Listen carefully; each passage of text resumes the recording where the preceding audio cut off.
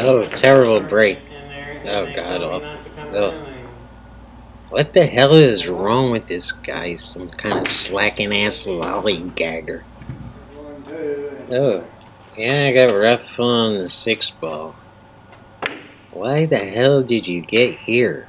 Of all the places to be on the pool table, what is wrong with this dude? He needs some kind of pep me up medication or something.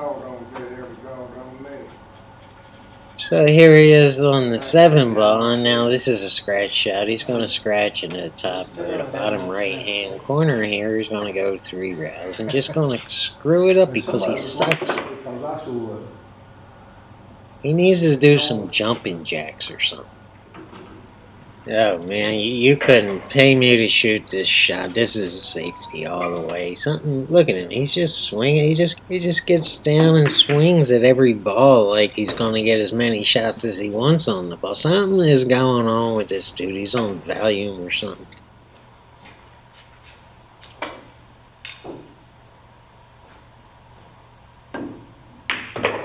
Oh, that's it. That's it. I can't watch this anymore. And I mean, it takes a lot of arrogance just to baby that 8 ball and not even care where you're getting on the 9. I'm not. That's it. I'm done with this channel. Private Riley, what do we call ourselves? Soldiers, sir. Then act like it, you piece of crap. A guy came by my channel. He was a good pool player, potentially great pool player.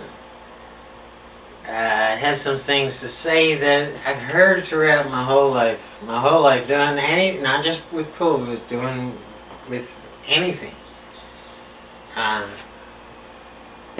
And said something that you know, it got me thinking. So many people said this, and I used to think they were gaslighting me,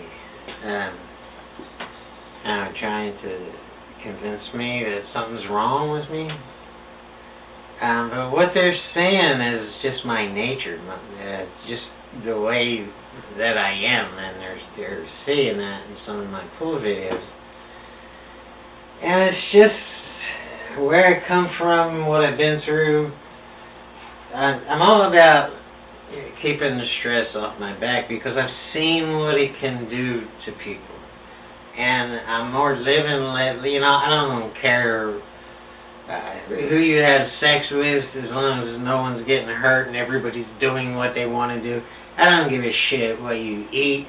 As long as you're not killing somebody, I'm live and let live. I know that it takes different types of people to keep this world spinning.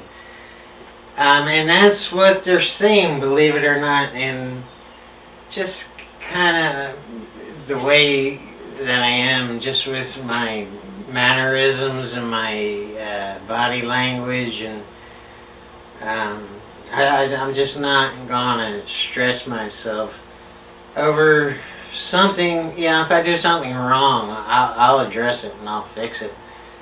But I'm not going to beat the living hell out of myself, and I'm not going to try too hard to do something just because other people can't accept that that's just who I am. Believe me, when I'm playing pool, I'm trying. I'm doing the best I can do. If that's not conveyed, it's just the way, it's just who I am. And I've tried super hard and put all this stress on myself and go out and play like I'm always playing somebody for my last meal. And it's just not worth it. I've seen what that can do to people.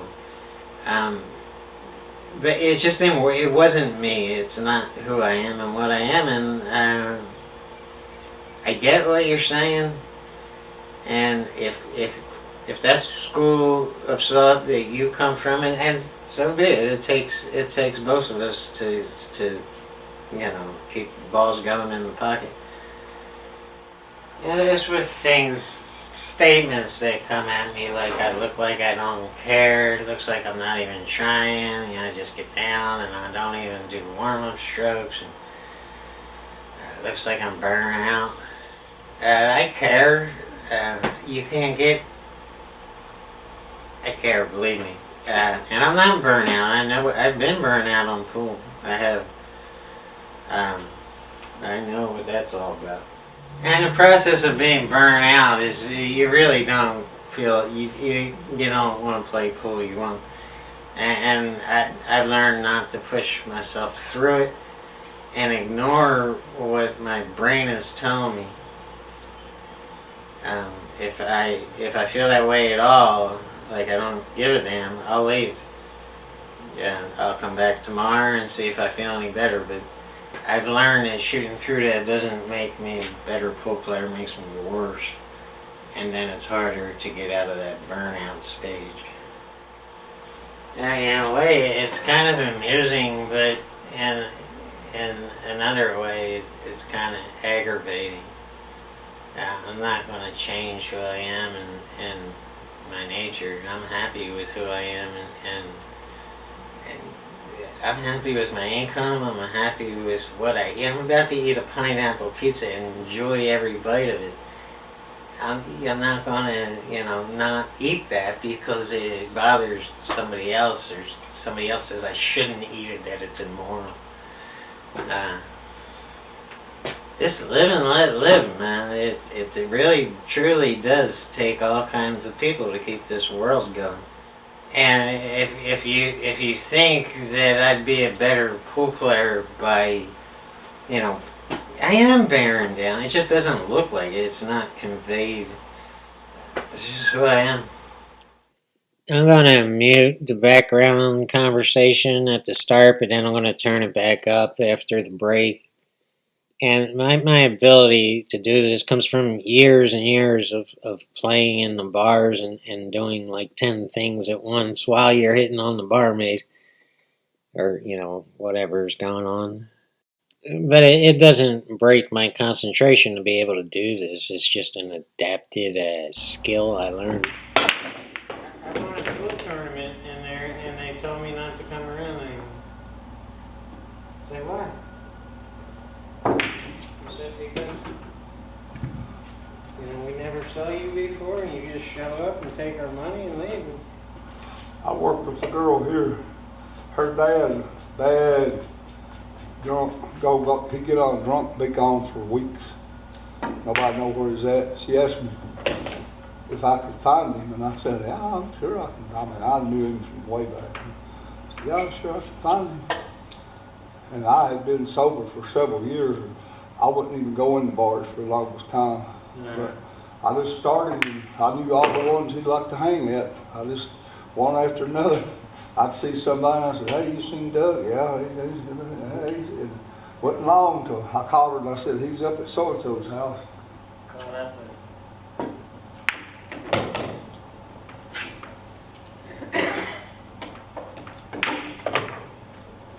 It had been many years ago, 37 years, I retired from that foolishness. It's a dead end. Guns, knives, and clubs. I voted that. Yeah. Of course, I carried one too, and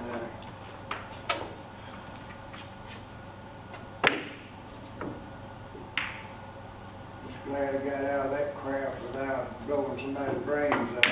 'Cause that second I'd have drawed on if it ever drawed on me. That's back when I didn't have no sense.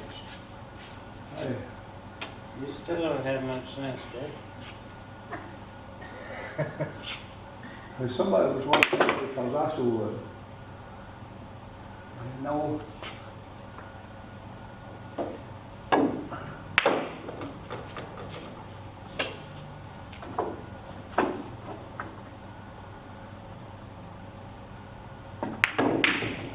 There you go, John. There you go. Very good. Two-pack. I didn't know about that $7 shot. Because a lot of times you shoot that shot and it goes bam, bam, bam, right in the hole. Scary shot. 'Cause that's the only thing that had me concerned. But I had to shoot it hard. You gotta go for it, you know. You can't let up. If you shoot it too soft, you're gonna have a hard shot on the line. Hey, this one's a little quieter, so I can yak your ear off a little bit. And I think this break is better, although I did hit it a little bit on the left-hand side of the one ball. But the agenda is the same. The cue ball's parked in the center of the table, but the one ball, because I hit a little too hard on the left-hand side, did not get down near the top right-hand pocket. And I know a lot of people would crucify me for shooting that one ball, but I knew if I made it, I had a natural position on the two ball. And I wanted to be straighter in on the two so I could just draw back on the three, but either way is fine with me. There's usually balls on the right-hand side of the table, so you can't do that, usually. But that time I could, so it was all good. And that's just, I drew back a couple inches, and I got a little straighter on the sixth than I want it to be. But you cheat the pocket a little bit and just bounce off the right-hand round. And I could draw this back, but I don't want to play with it. I just want to cinch that 7-ball shot. And this one died. It died off the top route. And I should have shot that. My stroke didn't look good on that shot, and I didn't stroke it. I don't know if I was intimidated by getting bad on the 9 or not, but I let up on my stroke. But if I can see it, I can make it, as the famous Keith McCready once said. And that's that, guys. Thank you for tuning in. I had to let some of that out, but it's kind of ugly, but it is what it is, Not everything's pretty.